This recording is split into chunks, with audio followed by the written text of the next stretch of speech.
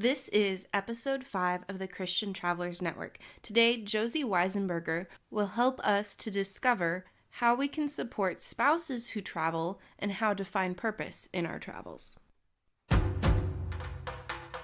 Welcome to the Christian Travelers Network, where travel stories, community, and scripture combine.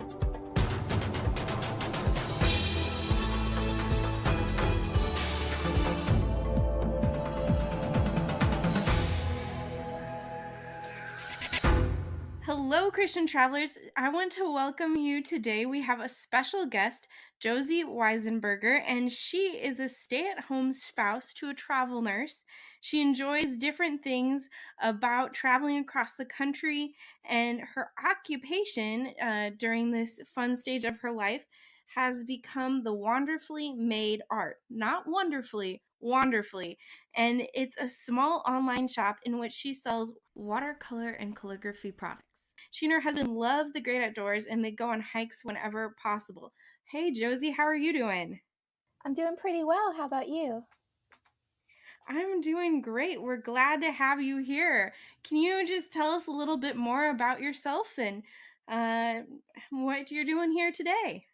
Okay, so born and raised in the Dallas area in Texas, and I moved to Mississippi for college where I majored in music education. I played the viola, and I ended up staying in Mississippi after college because I met my husband while in college and we got married. And so I taught elementary music for 4 years in Mississippi. And then my husband's a nurse, and it was always his dream to become a travel nurse. And so after last year, after my school year ended last June, we started as down the road of travel nursing. So typically, how that works is it's a 3 month at a time, and it can be in any state in the US. And so with teaching, you have to have a year-long contract. And so during this time, I'm just not teaching, Okay. pretty much on sabbatical, spending time as a housewife. We've moved a couple times so far. We're getting ready to move again in the next couple weeks. And during my time as a housewife is when I started the Wonderfully Made Art. That's really cool. You want to tell us a little bit more about Wonderfully Art and what that means to you? Yeah, so when I was teaching, that was a pretty stressful job most of the time. And so after I would get home from work, um, a couple years ago, I just started learning, just self-teaching through YouTube videos and whatnot, how to do watercolor, hand lettering. And I'd always wanted to learn about that. I always loved lettering, but never really knew how to do it well. And so I started just that became my therapeutic thing to do after work. And so I started learning how to do brush lettering, and then that year my husband gave me a calligraphy set for my birthday, so I started learning how to do calligraphy, and it became just a hobby, just for fun. And um, and then now that I had all this free time as a housewife, not running around teaching all day, I was able to spend hours just practicing and having fun with it. So I decided to open up an Etsy so that I could make things and sell them. And I like to letter Bible verses and saint quotes and whatnot. And so it was just my way of spreading that. Yes, it's kind of become your ministry as you've been traveling. Tell us a little bit more about how you've been combining it with your travel experiences. Like you said earlier, we really like to get out and hike. And um, pretty much when my husband's off work, we're going and finding a new trail to do, often taking our dog with us. She likes to go hiking and climbing too. So I'm Catholic, and I carry a little rosary in my pocket when I hike. And it really helps me, especially when it's difficult hikes, like if it's a steep incline or something, just to pray. And I really like the idea of, carrying your faith with you while you're traveling, while you're either outdoors or going somewhere new on an adventure. So I started getting into the vinyl stickers thing. I know that's been kind of a trend lately. And so I started turning some of my designs into vinyl stickers that can go on water bottles and whatnot. And and that's been a fun thing to get into, and also an easy way to bring your faith with you. That's helped me personally. Yes, and Josie's even giving away a few stickers that we will offer for a few of the people who subscribe to our channel. So I encourage you to check that out. Anyway, Josie, transitioning from college and going into teaching and then moving on to traveling with a spouse, that's a lot of very big transitions. What has been the biggest blessing about traveling with your husband and changing locations frequently? So we typically end up moving every 3 months, although this last placement we renewed, and so we were here for 6 months instead. Um, the biggest blessing has definitely been spending more time with my husband. He typically works night shifts and for 12 hours at a time. So when I was teaching, he would still be at work when I left for work. And by the time I would get home, we would have a total of 2 hours before he would have to leave. And that would include him getting ready. And so, and then when he was off work and when I was off work on the weekends and whatnot, we were so busy trying to keep up with family events, birthday parties and everything else. And so we rarely had time to just spend together. And so of course it's hard being away from family, but it's been nice that we have so much time together. And since I'm not tied down by a job, when he's off, which is oftentimes during the week, we're able to go do fun stuff and just spend time together as a couple. And that's been really great to just spend good quality time together. Awesome. I guess on the other hand, what has been the biggest struggle about traveling so frequently? Um, so we both get homesick every now and then, which you can we talk to our parents frequently on the phone and everything, and we talk to them on Skype when we can. So homesickness is just something that comes with the territory. Definitely. Also, it is tricky to pack up everything and move every few months. That part is hard because I hate packing, like more than anything. I procrastinate really bad on it, and so that's been tough. But one of like a hidden blessing of that is I tend to hold on to things, and now I'm learning that I don't need things to get by. I'm learning to let go of possessions and just get by with a smaller amount. So we basically, if it doesn't fit in our vehicle, it doesn't go. And so having less stuff is has been helpful for the packing. But it does make it tricky, when you move somewhere and you don't have like a certain thing in the kitchen that you have to go get at the dollar store or something. So logistically that can be kind of tricky sometimes, trying to find an apartment or a house that's got furniture already, or trying to rent furniture. We're going through that now, getting ready for our next place we're going. Do you have any advice for anyone who's maybe trying to live more minimalistic or is going to be traveling like you in the near future? um well, so I would definitely recommend, prioritizing what are your must-have items, what are your clothes that you can't get by without, kind of thing. And then how can you make that, I guess, how can you make it go further? Since I'm a stay-at-home wife and I don't teach anymore, I don't need my teacher clothes here.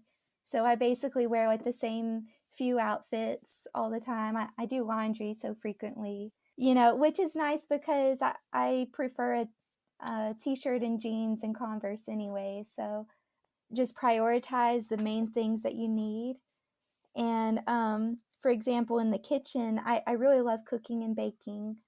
And our last placement, we had to bring kitchen items, and so we brought just the bare essentials for the kitchen. But the whole time I was missing my stand mixer because I love baking. And so this time, like we moved somewhere that it was a vacation rental, so like they had kitchen stuff. So like the only kitchen stuff I brought was my coffee pot and my KitchenAid mixer, because and I've been using it, so it wasn't a waste of cargo. Well, that's really cool. Um, what has been the biggest change or challenge that you've experienced going from teaching to being a stay-at-home wife, and how have you been addressing it? So the biggest challenge with that transition, um, when I was teaching, it's a very challenging profession, but it's also rewarding. There's a very tangible, you can tell that you're making a difference. You can tell that, a child came to school and was upset, and somehow you helped to make their day better. Um, I was the music teacher, so I had everybody pre-K through fifth grade, from the babies to the older kids. And they came to my class, and it was almost like a playtime for them. They weren't doing academic work. We would play instruments and sing, and I always had some kind of movement. So I tried to make it fun with a little bit of structure. And so you could tell it if a child came to school and they were upset or feeling down. You could tell if you helped to make them feel better, or when they finally grasped a concept, you could see it on their face that it clicked. And so it was very tangible to see a difference you were making in good that you were doing. And so going from that to being a housewife, and so I take care of, the cooking and the cleaning, the domestic stuff. I'm in a supportive role, and it's very important to me. And I know it's important work, and it's helping my husband and stuff. But it it doesn't always feel like you're making a big difference. Whereas when you see a couple hundred kids a day, and you can tell a difference. And so um, the ministry side of Wonderfully Made, my goal is to spread the gospel, spread the joy of the Lord through artwork, and just making that art, spending that time. It's a lot of the time it's a prayerful process for me to make the art, and then spreading it, and hoping that it's going to have a positive effect on somebody out there. That has helped me to feel like I'm doing something good and have some kind of meaning to my everyday tasks. Yes, I think many times when people travel frequently, they think that the purpose is just naturally going to come. And sometimes we got to find different ways to, I guess, make that impact and fulfill that purpose. Um, Kind of going along with that, your wonderfully made art. Can you share a story of some way that you've seen that art impact other people? Sure. So this this is something that happened the other day, that it didn't really have anything to do with art. It was just on Instagram. And Hmm. so like I said earlier, we're getting ready to move and everything. So I've been cleaning and packing and whatnot. So the other day, I was just feeling particularly inspired, and so I posted an Instagram story asking people, like, what have you done today, or what are you doing today that's giving glory to God? And then looking for feedback and engagement and whatnot. And then I put that, I made a list of all the little mundane things I did that day: laundry, folding clothes, packing, cooking, cleaning, Yeah. all the really boring stuff. And then there's a Mother Teresa quote that goes something like, "We can all do great things, but we can do small things with great love." So I Yeah. included that on there. And then I had a response from somebody who said, they've been going along during Lent, um, and that day they felt like they just completely failed at their Lenten penance that they had committed to doing, and they were just feeling really down about it and everything. But they saw the reminder that I had put about, you don't have to do something big to be good, and she said that like, helped her have a more positive outlook, and it was just a good reminder. So that's one way that I have seen where, through Wonderfully Made, that it has affected somebody. As far as the art goes, I've, like, family members and whatnot. We've had some family members and friends visiting recently, and when they visited, I've let them like pick out a sticker, just, Yeah. with a request that you can have it, just put it on your water bottle or something, bring it to your young adult group, Mhm. just to kind of get the word out a little bit. But, um, just the idea that people are having like these gospel quotes or saint quotes that they're carrying around, makes me feel glad that hopefully somebody is seeing those words and it's helping them, hopefully. Yeah, I think so. And I've been on your Instagram and I've really enjoyed just the content you have on there. It's very engaging and very uplifting, which is really cool to see. Thank you. If you ran into someone who was kind of struggling with this, their spouse travels frequently and they're kind of looking for their purpose, what advice might you have for them and just finding their purpose in their ministry? So this might be kind of twofold. I might contradict myself. So on the one hand, like, I'm excited most of the time to be in a supportive role and to help my husband. His job is very demanding, and I'm sure other jobs that require travel are also demanding. And so, I I know that, me taking care of the home and the food and all that does help him. And so that helps me to that I do have like a feeling of meaning with that. But also, I don't want to put all of my identity or my meaning in just that.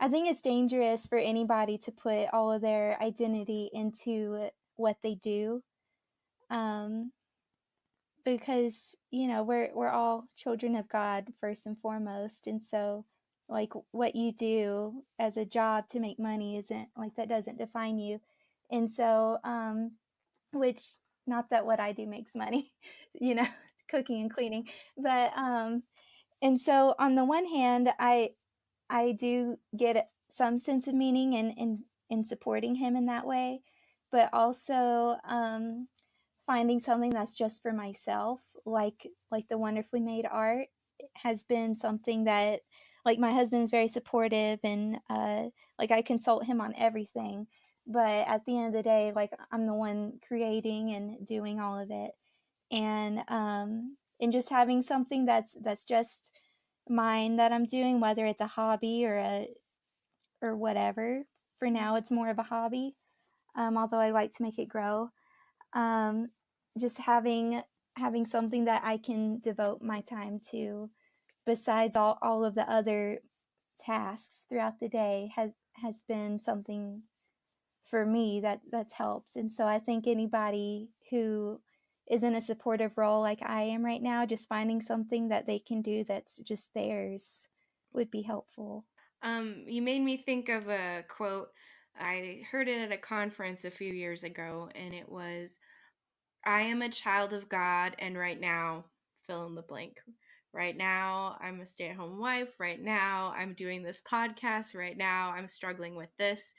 And switching it because so many times we put the right now as our identity instead of being a child of God. And when we put that focus back on being a child of God, the right now it is more temporary. And while we may enjoy it or may be struggling with it, um, it's easier to kind of go through life when we put that focus back on Christ. Right. I really like that. Yeah. Um, so this doesn't necessarily have to relate with your current travels, but something I really like to ask people on this podcast is, in all of your travel experience, is what has been your biggest God moment for you? Um, so so this might sound like a little bit of a fail of a story. So, a couple weeks ago, my husband's cousin was visiting us in town, and he is also into the outdoors and whatnot. So his 3 days here, we spent just constantly hiking. And I love hiking, but by the end of it, I was just so sore and exhausted. Um, but one of the Mhm. days he was here, we attempted Humphreys Peak, which is in Arizona. It's the tallest mountain, and it's about 2 hours from where we're living right now. And so Yeah. my husband and I have been wanting to attempt to climb it like since we've been here, and we haven't really yet. So when my cousin-in-law was here, the three of us attempted. It was still snowy there just because of the elevation. And so we rented snowshoes and trekking poles, all of the equipment you need for snow. And we downloaded the trail map, everything, because you lose signal in the mountains and stuff. And so we started, and the trail was kind of compacted enough because enough people had walked at the beginning. And then I believe like the trail is about maybe 5 miles to the top, so it would have been 10 miles round trip, I think. And but it got to a certain point where we couldn't visibly see the trail anymore, and the trail map kept jumping around because we were losing GPS. So we couldn't really tell where we were. And so we were just trying to like make our own trail, and we were sinking in the snow. It was We kept seeing like the tops of these little bitty trees sticking up out of the snow. So it was a lot of snow. And the trail markers that they tie on the trees, I think a lot of those were buried. Oh So goodness. we couldn't tell. And so the whole time we were like, yeah, we're gonna get to the top, we'll make it. It was kind of like, false confidence kind of thing. I don't know, like I wasn't being very nice that day. I was in a bad mood, and so and so then hours later we realized we're not even halfway to the top. We don't know where we're going. Let's just turn back around and go back down. It's just too much snow. So it was like a big humility thing Mhm. then, because we thought, oh, we can make it, but we didn't. And so we turned back around, and then we're going downhill. And that's when I started. I'm very clumsy. And like just about every hike, I end up tripping and falling or whatever. It's just normal. But so I kept falling over into the snow. Um, my husband's trekking pole broke, um, and some other stuff just kept happening. Um, like a tree branch would, when somebody in front of me would go and they didn't realize a branch was caught on them, it would snap back and hit me in the face. Oh. So all of these things kept happening. And so then like I decided to take out my little rosary and start praying. And I was focusing on the sorrowful mysteries of the rosary, which is reflecting on the passion of Christ. So the agony in the garden, the scourging at the pillar, the carrying of the cross, all of it, and just meditating on his passion and all the suffering he went through. And then I just felt that, as much pain as I was in when the tree branch hit me in the face and all of that, it wasn't near what he went through. And so it was just kind of I guess, a sobering experience. It was just nice to be able to offer it up, uh, to join with him, and um, just knowing that I wasn't alone, and that he was with me. And so while we didn't reach the top that day, it was still beautiful views. We got great pictures and it was just a good spiritual experience. I realized that I had been kind of a jerk that day, so I apologized to everybody, and it just became a better day after that. So I guess failing turned out to be a good experience. I think as travelers, we often forget that when we don't accomplish what we set out to, that those are still amazing God moments. So thank you for sharing it. It's been awesome having Josie here on the show to share a little bit about her experiences and about wonderfully made art. Josie, where can they find you on social media? So my handle on Instagram and Facebook are the same. It's at wonderfullymade.art, and that's wonderfully is spelled with an A, not an O. And then if you go to Etsy, if you want to see my shop, just search in the top bar "Wonderfully Made Art" on Etsy, and it'll come up. Awesome. Thanks so much for joining us and have a wonderful day. Thanks, you too.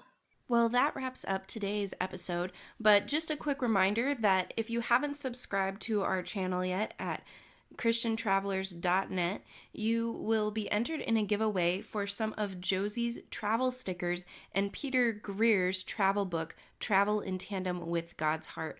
And we would love your support. Share this podcast with your friends as we get started here.